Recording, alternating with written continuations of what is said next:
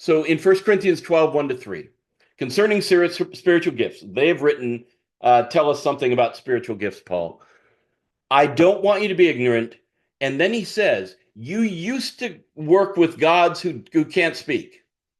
That was a common Jewish criticism of the idols. They were speechless, and people could ask all they want. The God wouldn't talk back. Therefore, I want you to understand that no one speaking by the Spirit of God ever says, let Jesus be cursed.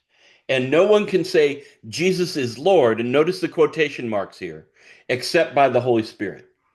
There is a chance, folks, that the Corinthians have in their body, in their worship service, have had somebody go into a trance ecstasy and speak the words, let Jesus be cursed. Jesus is Lord. In fact, this was the thesis that Tom Gillespie, the former president of Princeton Seminary from maybe 20 years ago, that Tom Gillespie argued in his dissertation. He was a New Testament scholar before he was president of Princeton. And he says he thinks it actually happened.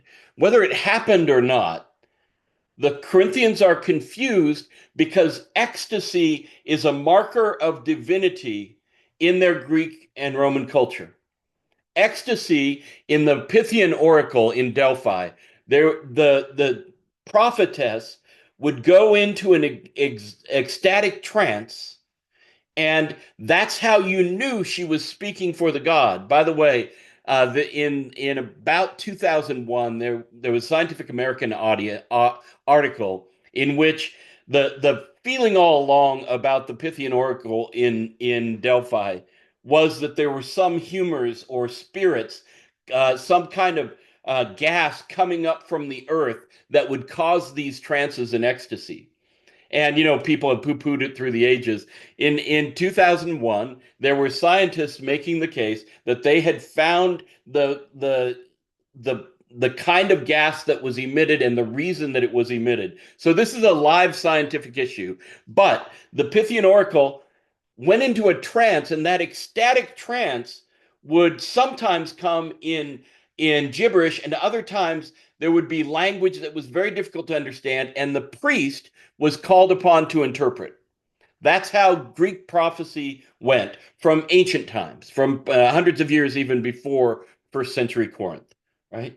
So it is possible, whether somebody has spoken, let Jesus be accursed or not, it's possible that and probable that the backdrop here is the Corinthians' well-socialized value on ecstasy as a kind of highlighter pen for when the divine shows up. See how Paul deals with the variety of gifts and their rankings as we go through 12 in light of that. Because tongues, as they were happening in Corinth, seem to have been an ecstatic trance-like state, seem to have been a language that others in the space could not understand without an interpreter, and it seems like they were speaking often without an interpreter.